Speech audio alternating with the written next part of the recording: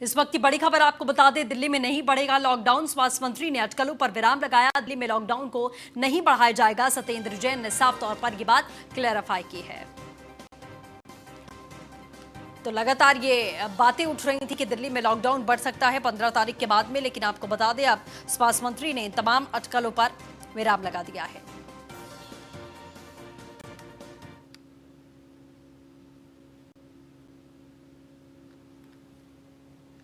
दिल्ली में कोरोना का अपडेट। दिल्ली में कोरोना मरीजों की संख्या बढ़कर 34,687 हो चुकी है। दिल्ली में कोरोना के एक्टिव मरीजों की बात करें तो 20,871 है। दिल्ली में अब तक 12,731 कोरोना के मरीज ठीक हुए हैं। दिल्ली में कोरोना से अब तक 1,085 लोगों की मौत हुई है। साथ ही दिल्ली में कोरोना के 1,877 नए केसेस सामने आए हैं।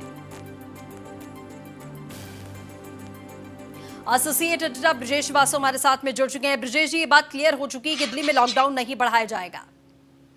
बिल्कुल, देखिए सृष्टि, इसमें की अटकलें लगातार लग रही हैं। जब से दिल्ली में एकदम कोरोना संक्रमण की रफ्तार तेजी के साथ बढ़ी है, तभी से इस बात की अटकलें लगने लगी थी कि क्या दिल्ली में लॉकडाउन को बढ़ाया जाएगा या दिल्ली में कोई हेल्थ इमरजेंसी घोषित करके जो है कर्फ्यू इम्पोज किया जाएगा, जिस तरह से पंजाब या फिर दूसरे कुछ राज्यों ने किया था। लेकिन अब स्वास्थ्य मंत्री ने उन तमाम अटकलों पर विराम लगा दिया है और साफ तौर पर कहा है कि दिल्ली में किसी भी तरीके का लॉकडाउन नहीं बढ़ाया जाएगा, क्योंकि 15 जून के बाद लॉकडाउन की जो अवधि थी उसको लेकर के कयास लगाए जा रहे थे कि क्या दिल्ली जो है अपने यहाँ बढ़ते हुए केसेस को देखते हुए, लगातार संक्रमण की रफ्तार को देखते हुए क्या वहां लॉकडाउन को बढ़ाएगा।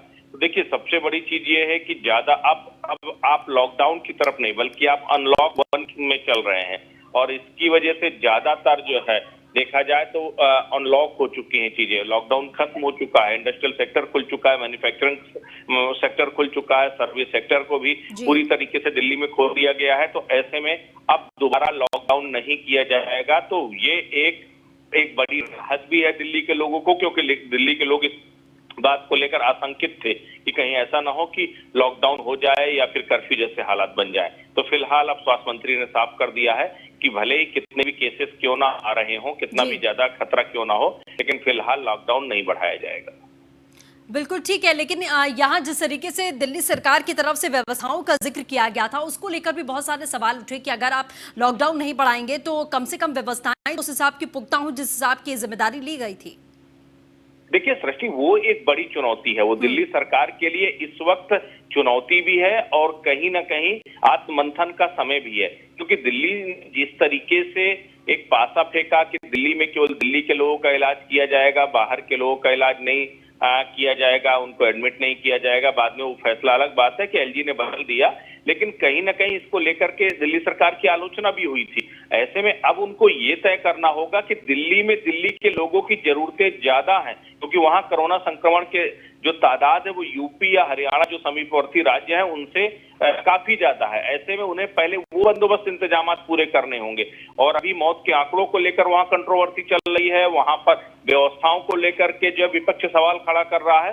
तो कई चुनौतियां हैं दिल्ली सरकार के समक्ष। ऐसे में भले लॉकडाउन ना बढ़ाएं, लेकिन वो सारे इंतजाम जरूर करें ताकि दिल्ली में जो बिल्कुल ठीक है ब्रजेश जी, आप बने रहे हमारे साथ में, हम फिर से रुक करेंगे आपका। तो दिल्ली से ही इस वक्त की बड़ी खबर आपको बता दें, दिल्ली में दिखा मरकज केस का आरोपी मौलाना साद। जाकिर नगर की अबू बकर मस्जिद पहुंचा था मौलाना साद। मरकज विवाद के बाद में पहली बार सामने आया मौलाना साद। दिल्ली मरकज केस में आरोपी है मौलाना साद। तो ब्रजेश जी लगातार बने हमारे साथ में। ब्रजेश जी, क्या कुछ जानकारी मौलाना साद को देखा गया? सबसे बड़ी बात यह है कि जाकिर नगर इलाके में ही मौलाना साद का अपना घर है और वहीं पर वहीं की एक मस्जिद में मौलाना साद को जो है वहां पर देखा गया। और सबसे बड़ी बात यह है कि दिल्ली पुलिस ऑलरेडी मौलाना साद की तलाश कर रही है। दिल्ली पुलिस लगातार पूछताछ के लिए मौलाना साद को बुलाना चाहती है, लेकिन हर बार किसी न किसी तरीके से पूछताछ को लेकर के बहानेबाजी करता। मौलाना साद के कई ठिकानों पर दिल्ली पुलिस ने छापेमारी भी की थी और ऐसे में आज जब अबू बकर मस्जिद में मौलाना साद देखा गया है तो उसके बाद इस बात के कयास लगने लगे हैं कि क्या अब मौलाना साद खुलकर के पुलिस के सवालों के जवाब देगा, मौलाना साद सामने आएगा या नहीं, या एक बार फिर वो कहीं ना कहीं पुलिस को चुनौती देता नजर आ रहा है। नहीं बिल्कुल ब्रिजेश जी, लेकिन ये थोड़ा सा अटपटा भी है कि पता है ये पुलिस को कि मौलाना साद का घर कहां पर है और वो इलाके में अपने घूमता हुआ भी नजर आ रहा है, तो दिल्ली पुलिस कर क्या रही है आखिरकार? गिरफ्तारी में इतनी देरी क्यों, या फिर सिर्फ बातें ही हो रही थी? देखिए, निश्चित तौर पर ये दिल्ली पुलिस पर सवाल भी है, एक दिल्ली पुलिस की क्रेडिबिलिटी पर सवाल है। सबसे बड़ी बात ये है कि आपने घर से लेकर फार्म हाउस तक तमाम जगह छापेमारी की, तमाम बार उसको नोटिस जारी किए पूछताछ के लिए, बावजूद उसके अब तक ना तो उसने पुलिस जांच में कोई सहयोग किया, ना ही पुलिस की जांच में शामिल हुआ। और उसके बाद अगर जो है बाकायदा मस्जिदों में घूम रहा है तो सीधी तौर पर पुलिस को खुली चुनौती दे रहा है मौलाना साद। अब देखना यह है कि मौलाना साद के सामने आने के बाद अब किस तरह की कार्रवाई दिल्ली पुलिस करती है, क्या उसको गिरफ्तार करती है, क्या उससे पूछताछ करती है, या फिर जो है इसी तरीके से जो है केवल टाल मटोल का रवैया है वो ही अपनाया जाएगा। बिल्कुल, चलिए ब्रिजेश जी, अपडेट के लिए बहुत बहुत शुक्रिया।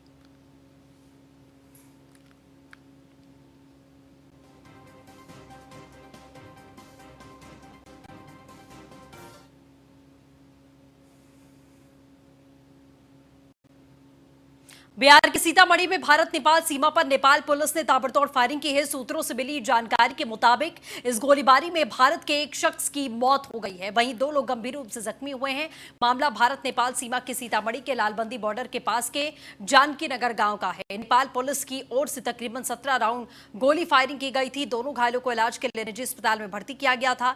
भारत नेपाल सीमा पर भारतीय नागरिक और नेपाल पुलिस में सीमा में प्रवेश को लेकर विवाद हो गया था, जिसके बाद में नेपाल पुलिस की ओर से अंधाधुंध फायरिंग की गई, जिसमें एक भारतीय नागरिक की मौके पर मौत हुई, वहीं 2 भारतीय नागरिक घायल हुए हैं। फायरिंग के बाद से सीमा पर तनाव की स्थिति बनी है।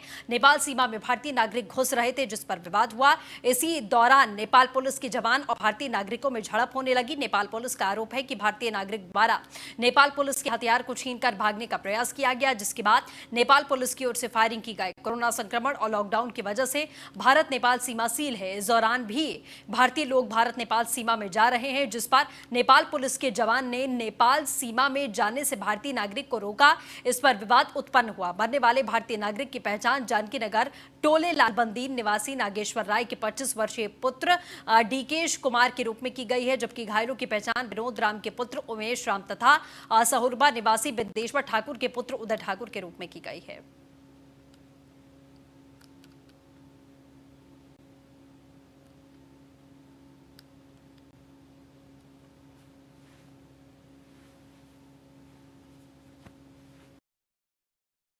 था डंडा, जब डंडा लगा दिया तो इधर से बोला कि सार के मार जाओ, बोला है इधर से।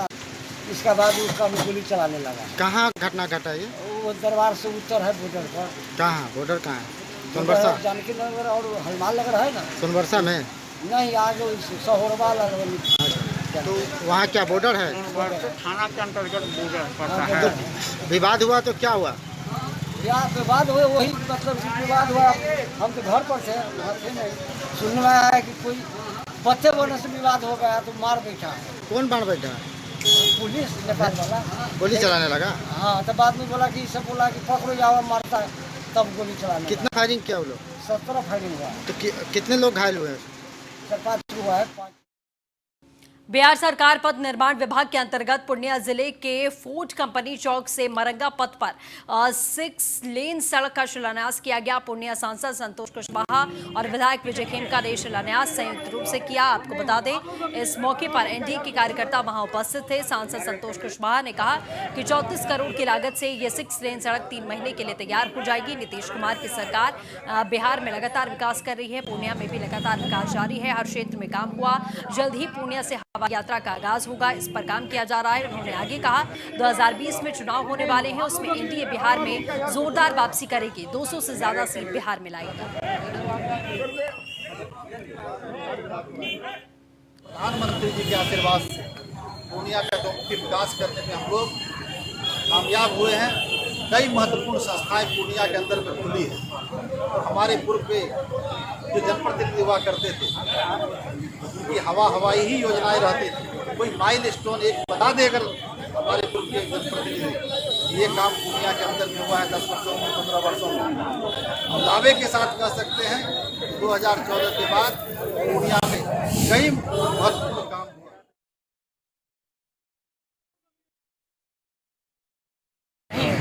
जहाँ नहीं करते और पूर्णिया भी विकास की ओर बढ़ रहा है। जिस तरह कि हमारा बिहार सशक्त बिहार और समृद्ध बिहार है, उसी तरह पूर्णिया भी हमारा सशक्त पूर्णिया और समृद्ध पूर्णिया की ओर है। और आज के इस सड़क पुल का जो शिलान्यास कार्यक्रम है, इसलिए रोड कंपनी से लेकर के पूर्णिया जिलों में बड़ा पार्ट करना है।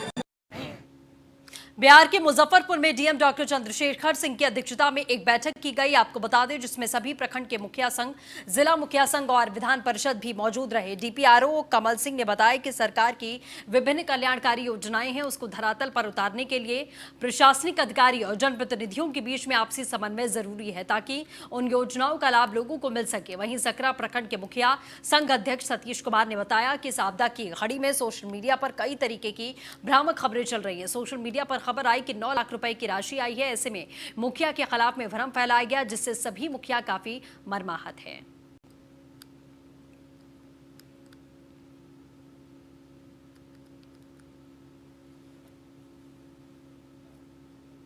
बैठक जो मुखिया संघ के विभिन्न प्रखंडों के मुखिया संघ के अध्यक्ष थे प्लस जिला मुखिया संघ के अध्यक्ष तथा माननीय विधान पार्षद महोदय भी इस बैठक में उपस्थित थे। उन लोगों के साथ बैठक की गई। बहुत दिनों से ये बैठक हुई नहीं थी जिले में। बैठक का मुख्य उद्देश्य ये था कि सरकार की जो विभिन्न योजनाएं हैं विकासात्मक और कल्याणकारी, उसको धरातल पर उतारने के लिए प्रशासनिक अधिकारी और जनप्रतिनिधियों के बीच आपसी समन्वय रहना बहुत ज़रूरी है ताकि उन योजनाओं का लाभ जिले में समाज के जो अंतिम मैदान पर बैठे हुए व्यक्ति हैं उनको मिल सके। इसी मद्देनज़र ये बैठक बुलाई गई। बहुत ही महत्वपूर्ण बैठक थी जिसमें विभिन्न प्रखंड के जो मुखिया संघ के अध्यक्ष थे उन्होंने अपनी बातें रखी, उनकी भावनाओं से जिला प्रशासन अवगत हुआ और उन्होंने जो समस्याएं उठाई हैं उनको दूर करने का जिला पदाधिकारी द्वारा निर्देश दिया गया।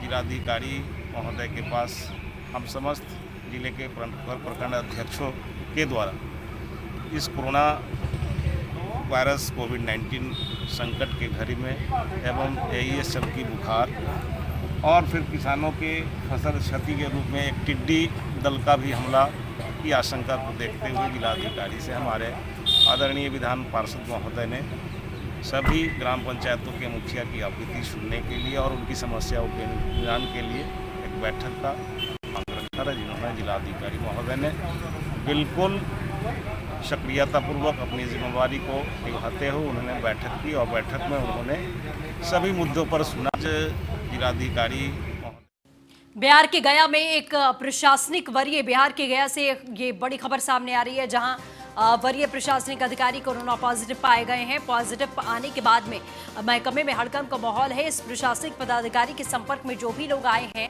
उन्हें सतर्क कर दिया गया है। सभी को होम क्वारंटाइन होने का निर्देश दिया गया। गया के सिविल सर्जन ने बताया कि प्रशासकीय महकमे के एक वरीय पदाधिकारी का रिपोर्ट पॉजिटिव है।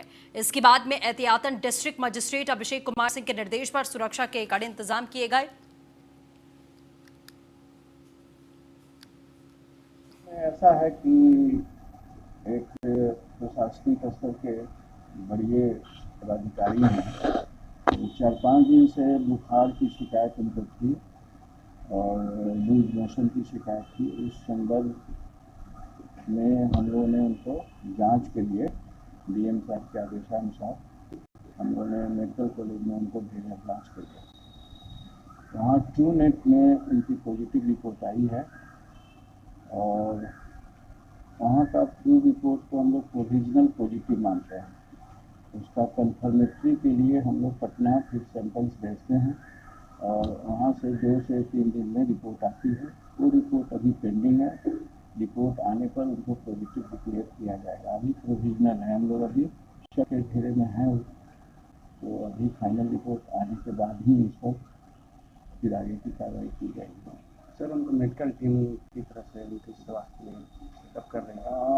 उनको जो बुखार उनका सेटल हो गया है और हल्की फुल्की है, पहले से बेटर हैं। वहाँ की डिसेबल जो मेडिकल कॉलेज के वो लेवल 2 में रखे गए हैं, तो पहले से बेटर फील कर रहे हैं, जिससे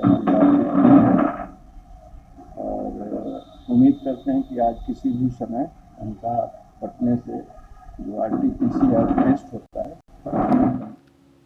छत्तीसगढ़ के मुख्यमंत्री भूपेश बघेल ने आज अपने निवास कार्यालय में बैठक आयोजित की। इस बैठक में कोरोना संक्रमण की रोकथाम और आगामी खरीफ सीजन में खाद बीज की उपलब्धता, आर्थिक गतिविधियों के संचालन, जरूरतमंदों को काम दिलाने सहित विभिन्न विषयों पर मंत्रिमंडल के सहयोगियों के साथ में विचार विमर्श किया।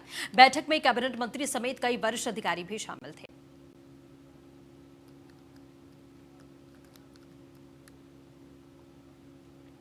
छत्तीसगढ़ के बेमेतरा में एक तरफ जहां कोरोना अपना पांव पसार रहा है, वहीं जिले में 4 स्वास्थ्य कर्मचारी कोरोना संक्रमित हो चुके हैं। इसके बावजूद लोग सबक नहीं ले रहे। आज जिले में कृषि मंत्री रविंद्र चौबे, बाल विकास मंत्री अनिला भेड़िया का दौरा था। नए सर्किट हाउस में विकास कार्यों की समीक्षा बैठक की गई, जिसमें मंत्री जी के स्वागत के लिए कांग्रेस कार्यकर्ता पहुंचे। कोरोना के डर को दरकिनार करते हुए सोशल डिस्टेंसिंग का पालन करना भूल गए, लेकिन बात यह है कि कहीं से स्वागत उत्सव किसी को महंगा न पड़ जाए। प्रदेश के महिला और बाल विकास समाज कल्याण मंत्री बेमेतरा जिले की प्रभारी मंत्री अनिला ने जिला स्तरीय अधिकारियों की बैठक लेकर विभागीय योजनाओं कार्यक्रमों के क्रियान्वयन की समीक्षा की। बैठक में कृषि, पशुपालन और जल संसाधन मंत्री रविंद्र चौबे, विधायक बेमेतरा आशीष कुमार छाबड़ा, नवागढ़ विधायक गुरुदयाल सिंह बंजारे मौजूद थे।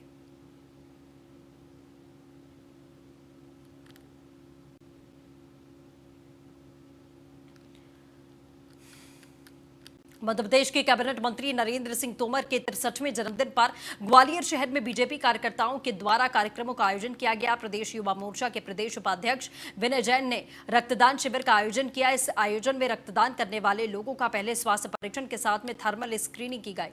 उसके बाद 63 युवा कार्यकर्ताओं ने रक्तदान दिया।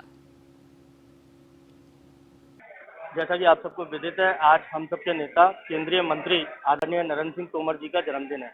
जैसा उनका स्वयं का व्यक्तिगत जीवन रहा है, उन्होंने अपने जीवन में त्याग तपस्या को अधिक महत्व दिया है। कर्मठता और शालीनता के साथ उन्होंने अपना जीवन जिया है।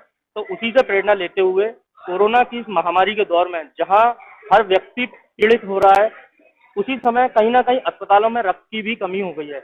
इसी परिस्थिति को देखते हुए आदरणीय नरेंद्र सिंह तोमर जी से बात करने के पश्चात हमने यह कार्यक्रम यहाँ लिया, क्योंकि रक्त की इस समय सबसे ज्यादा आवश्यकता है और सेवा का इससे पुनीत कार्य कुछ नहीं हो सकता, क्योंकि रक्त किसी व्यक्ति का जीवन बचा सकता है और किसी के जीवन को बचाने से ज्यादा पुनीत कार्य इस विश्व में मैं दूसरा नहीं मानता। जैसा कि आप सबको मध्य प्रदेश के भीन में कुएं में गिरे एक व्यक्ति को डायल 100 पुलिस ने ग्रामीणों की मदद से बाहर निकाला और शासकीय जिला अस्पताल भींड में भर्ती करवाया। राज्य स्तरीय police control room dial 100 Bhopal को सूचना प्राप्त हुई कि चक्रा गांव में एक व्यक्ति कुएं में गिर रहा है। पुलिस सहायता की आवश्यकता है। डायल 100 पुलिस स्टाफ आरक्षक भानु प्रताप सिंह और पायलट प्रमोद कुमार ने मौके पर पहुंचकर ग्रामीणों की मदद से पुष्पेंद्र सिंह नाम के शख्स को कुएं से बाहर निकाला। खबर अयोध्या से, जहां न्यूज़ 1 इंडिया की खबर का बड़ा असर हुआ है। आपको बता दें, सिंचाई विभाग के चीफ वीके निरंजन पहुंचे अयोध्या। राम की पैड़ी में सरयू जल की धारा को प्रवाहित करवाया। रामनगरी अयोध्या के विधायक वेद प्रकाश गुप्ता मौजूद रहे। मणि रामदास छावनी के उत्तराधिकारी महंत कमल नयन भी मौजूद रहे।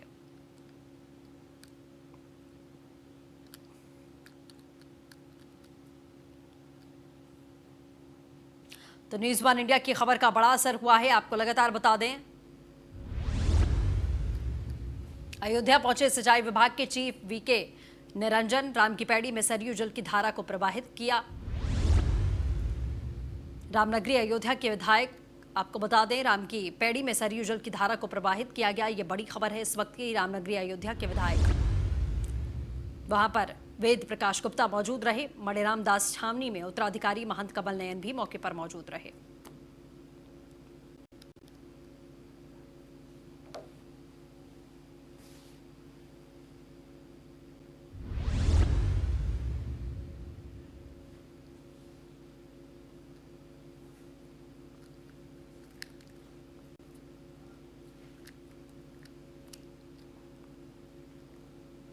राघवेंद्र अपडेट के साथ जुड़ चुके हैं। राघवेंद्र, क्या कुछ जानकारी इस बड़ी खबर को लेकर?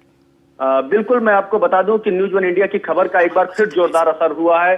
24 घंटे के अंदर जो सिंचाई विभाग के चीफ खुद आज अयोध्या पहुंचे हुए हैं, उसके साथ जो है उत्तराधिकारी हैं मणिराम दास छावनी के महंत कमल नयन और अयोध्या नगर विधायक वेद प्रकाश गुप्ता की मौजूदगी में 24 घंटे के अंदर अंदर राम की पैड़ी का पानी चालू करने का प्रबंध शुरू कर दिया गया है। बाकायदा उद्घाटन के तौर पर एक समारोह रखा गया और उसके बाद जो है हाई प्रोफाइल मीडिया को बुलाकर जो है खुद बीके निरंजन सफाई देते नजर आ रहे हैं। तो कहीं ना कहीं से जो आ रही थी कि जो राम की पैड़ी का, मैंने कल भी दर्शकों को अपने दिखाया था कि 24 घंटे अभी नहीं लगेगा कि अगर राम की पैड़ी का जो है पानी चालू करना है, जो सरयू की अविरल धारा है उसको प्रवाहित करने के लिए 24 घंटे का भी समय नहीं लगता है। लेकिन जो ये वर्षों से मामला लटकाते चले आ रहे हैं, कहीं ना कहीं से सिंचाई विभाग के कर्मचारी, यह अपने आप में बड़ी बात है। अपडेट के लिए शुक्रिया। गाजियाबाद से बड़ी खबर है, जहां कालाबाजारी करने वालों पर डीएम सख्त हैं। कालाबाजारी करने पर डीएम ने दिए एनएसए लगाने के निर्देश। जिले में कालाबाजारी की डीएम अजय शंकर को मिली थी शिकायत। डीएम ने तुरंत संज्ञान लेते हुए तहसीलदार मोदीनगर को सौंपी है जांच में सामने आई सरकारी राशन डीलर की घपलेबाजी। ट्रक में भरकर बेचा जा रहा 98 कुंटल राशन। मौके पर कार्रवाई करते हुए आरोपी राशन डीलर को पकड़ा गया। ट्रक सामान समेत सीज किया गया है। आरोपी राशन डीलर को गिरफ्तार किया गया है।